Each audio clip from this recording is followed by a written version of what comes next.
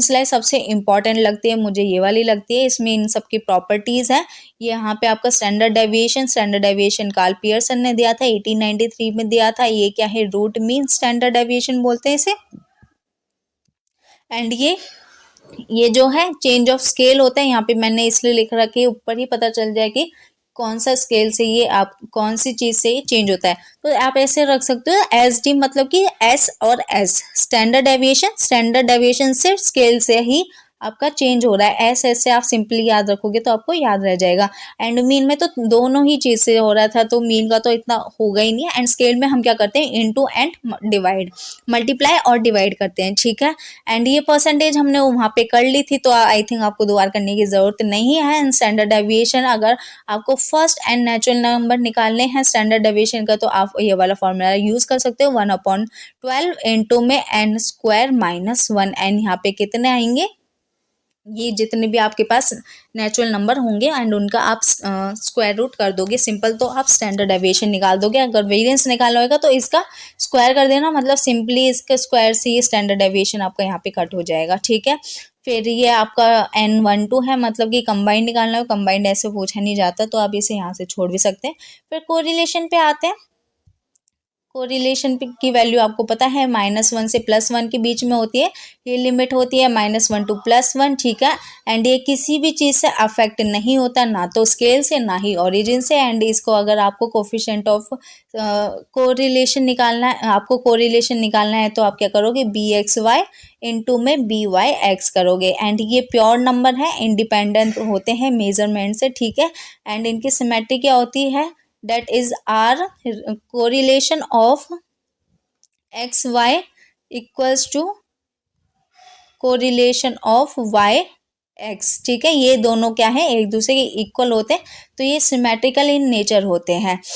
And R square coefficient of determination होता है, ये कोफिशिएंट ऑफ डेटर्मिनेशन होता है, ये आपका कोरिलेशन होता है आर, ठीक है। डिग्री होती है +1 परफेक्ट होती है, एंड 0.75 से लेके 1 के बीच में तो हाई कोरिलेशन है, एंड 0.25 से लेके 75 के बीच में तो मॉडरेट लेवल का होगा, 0 से 0.5 के बीच में तो लो लेवल का, एंड 0 है तो आपका अब्सेंस होगा, बिल्कुल भी कोई कोरिलेशन नहीं होगा, ठीक है।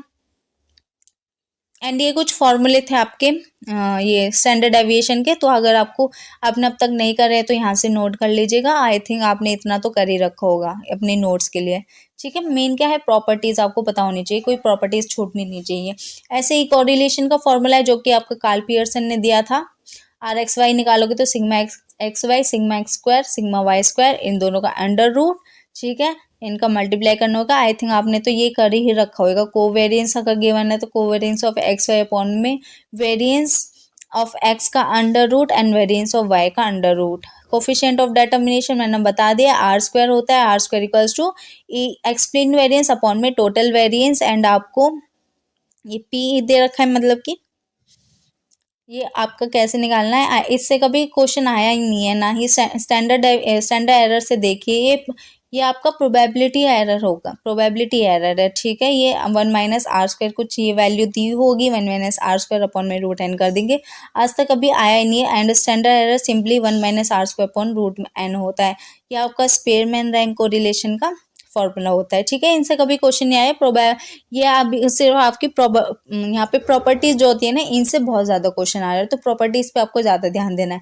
फिर आ जाता है रिग्रेशन। रिग्रेशन क्या है, चेंज ऑफ स्केल है, मतलब कि स्केल में चेंज होगा तो आपके रिग्रेशन में चेंज हो जाएगा, जैसे कि स्टैंडर्ड डेविएशन, ठीक है। कोरिलेशन कोफिशिएंट क्या है, यहाँ पे ज्योमेट्रिक मीन है, and geometric mean of regression coefficient, जो आपके रिग्रेशन कोफिशिएंट है ना, वो उनका मतलब कि ये BXY और BYX जो हमने यहाँ पढ़े हैं, ठीक है, इनका कोफिशिएंट ऑफ डेटर्मिनेशन जो हमने पढ़ा था यहाँ पे, ये सिंपली इनका अंडर रूट कर देंगे तो कोरिलेशन बन जाएगा। एंड ये रिग्रेशन के कोफिशिएंट है, एंड इनको निकालने के क्या करोगे, सिंपली हमें करना पड़ेगा कोरिलेशन इनटू में वेरिएंस ऑफ x अपॉन में variance of y, and YX निकालना है तो वेरिएंस ऑफ y ऊपर आ जाएगा, वेरिएंस ऑफ x नीचे आ जाएगा, ठीक है। Both regression coefficient have same algebraic sign, दोनों का एल्जेब्रिक साइन क्या होगा, सेम होगा, ठीक है। Coefficient of correlation have same sign that regression coefficient, जो कि रिग्रेस्ड कोफिशिएंट का साइन होगा वो ही कोरिलेशन कोफिशिएंट ऑफ कोरिलेशन का ये साइन होंगे, ठीक है।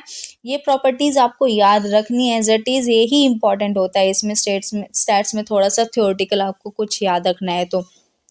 एंड इसमें आपकी दैट इज कोरिलेशन की वैल्यू आपकी कभी भी एक से ज़्यादा नहीं होती, क्योंकि यहाँ पे हमने डिग्री पढ़ी है, वही चीज़ घुमा फिरा के रिग्रेशन वाले चैप्टर में दे रखी थी, इसलिए बट आप इतना भी कर लोगे तो आपको यहाँ से कनेक्ट हो जाएंगी चीज़ें, ठीक है। एंड रिग्रेस कोफिशिएंट आपका स्केल से चेंज होता है, ओरिजिन से नहीं होता। And B Y X plus में बी एक्स वाई, मतलब कि रिग्रेशन के कोफिशिएंट को प्लस करके डिवाइड करोगे 2 से, तो ये आपका ज़्यादा होगा या फिर इक्वल होगा किससे, कोरिलेशन से। एंड यहाँ पे arithmetic mean of regress coefficient equal और ग्रेटर देन कोरिलेशन कोफिशिएंट, ठीक है। कोरिलेशन कोफिशिएंट से आपका ज़्यादा होगा arithmetic mean of regress coefficient, इसका ये मतलब था जो कि हमने यहाँ पे मैथमेटिकली देखा था।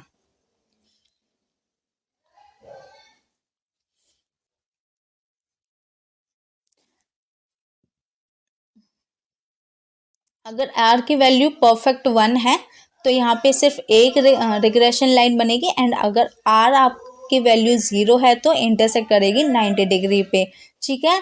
एंड लेस डिस्टेंस कब होगा, जब ग्रेटर कोरिलेशन होगा, एंड हाई डिस्टेंस कब होगा, जब लेस कोरिलेशन होगा। मतलब कि दो लाइन बनती है ना हमारे कोरिलेशन में, तो उनका बता रखा है 1 पे कैसे रिग्रेशन लाइन बनेगी, 0 पे कैसी बनेगी, लेस डिस्टेंस कब रहेगा एंड ज़्यादा डिस्टेंस कब रहेगा, ठीक है। ये एंड ये कोरिलेशन कुछ फॉर्मूले थे, ये आपको आई होप आपने ये कर ही रखे होंगे। फिर रिग्रेशन में आ जाते हैं। रिग्रेशन में हम क्या फाइंड करते हैं value of dependent variable on basis of independent variable. Independent variable के बेस पे जब हम डिपेंडेंट वेरिएबल फाइंड करने की कोशिश करते हैं वो हमारा रिग्रेशन होता है। एंड ये y ऑन x की इक्वेशन, अगर y निकालना है आपको x के बेसिस पे तो ये हो जाएगा y equals to alpha plus beta x। अगर आपको x निकालना है y के बेसिस पे तो ये हो जाएगा alpha plus beta y। And इसका y ऑन x का स्लोप क्या होता है, 1 upon beta, that is change in y, and change in x करोगे तो ये आपका 1 अपॉन बीटा आएगा। एंड स्लोप निकालोगे अगर आप x ऑन y का तो ये आपका बीटा निकल के आएगा, that is change in x करोगे due to change in y तो बीटा आएगा, ठीक है। ये आपको याद रखना है क्योंकि एक प्रैक्टिकल क्वेश्चन आए थे इससे रिगार्डिंग, एंड उसमें ये कॉन्सेप्ट आपका यूज हुआ था। तो आपको ये स्लोप याद रखना है कि y ऑन x करेंगे तो स्लोप 1 अपॉन बीटा है, एंड अगर उसका उल्टा कर देंगे तो स्लोप बीटा आ जाएगा। फिर कोफिशिएंट ऑफ रिग्रेशन हमारे सिमेट्रिकल नहीं है, वहाँ पे हमने देखा था कोफिशिएंट ऑफ कोरिलेशन हमारे सिमेट्री थे, ठीक है। तो R equals to B X Y into B X Y का अंडर रूट कर रहे हैं, हमारे कोफिशिएंट ऑफ रिग्रेशन है। बी वाई एक्स हमने निकालना देख लिया, तो कोवेरियंस निकाल रहे हैं एक्स और वाई का, अपॉन में वेरियंस ऑफ एक्स कर रहे हैं, तो हमारा बी एक्स वाई निकल जाएगा, ठीक है। जो कि ये हमारा ये वाली चीज करी थी आर कोरिलेशन में इंटू में standard variance of y upon में वेरिएंस ऑफ x कर रहे थे, इस वाले फॉर्मूले से बी एक्स वाई निकाल रहे थे, एंड बी एक्स वाई कब निकाल रहे थे, इस तरह से निकाल रहे हैं, ये दूसरा फॉर्मूला है, ठीक है। फिर स्टैंडर्ड एरर देख हमने करा था, स्टैंडर्ड एरर हमने लास्ट में कर लिया था आई थिंक, एंड ये दोबारा देख लेते हैं। Standard error of X Y आप कैसे निकालोगे, that is variance of x into में 1 माइनस कोफिशिएंट ऑफ डिटर्मिनेशन कर दोगे, उसका फिर अंडर रूट कर दोगे, तो ये स्टैंडर्ड एरर निकल जाएगा एक्स वाई का। And standard error of Y X निकालोगे तो यहाँ पे सिर्फ वेरिएंस ऑफ वाई आपका चेंज हो रहा है, ठीक है। फिर आर स्क्वायर हमने कर लिया था, सॉरी आर स्क्वायर कर लिया था, एंड ये आपका स्टैंडर्ड एरर इन कोरिलेशन का था, वो रिग्रेशन का था, ये अपॉन में वेरिएंस अपॉन रूट एन करोगे तो स्टैंडर्ड एरर ऑफ कोरिलेशन निकल जाएगा। एंड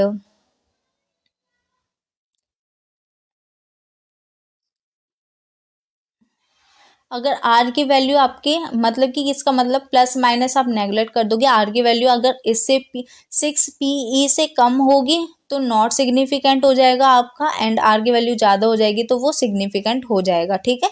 सिग्निफिकेंट मतलब इम्पॉर्टेंस लेवल बताते हैं, सिग्निफिकेंट ये होता है। स्टैंडर्ड एरर ये आपका कोरिलेशन अगर 6 PE से कम, पी मीन्स प्रोबेबिलिटी एरर से कम होगा 6, तो आई थिंक ये है, ठीक है।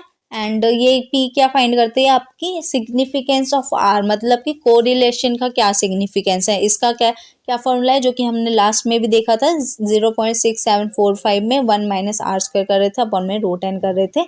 एंड ये आपका कोरिलेशन वाला ही है, स्पेमैन रैंक कोरिलेशन, जिससे अभी तक क्वेश्चन आया नहीं है।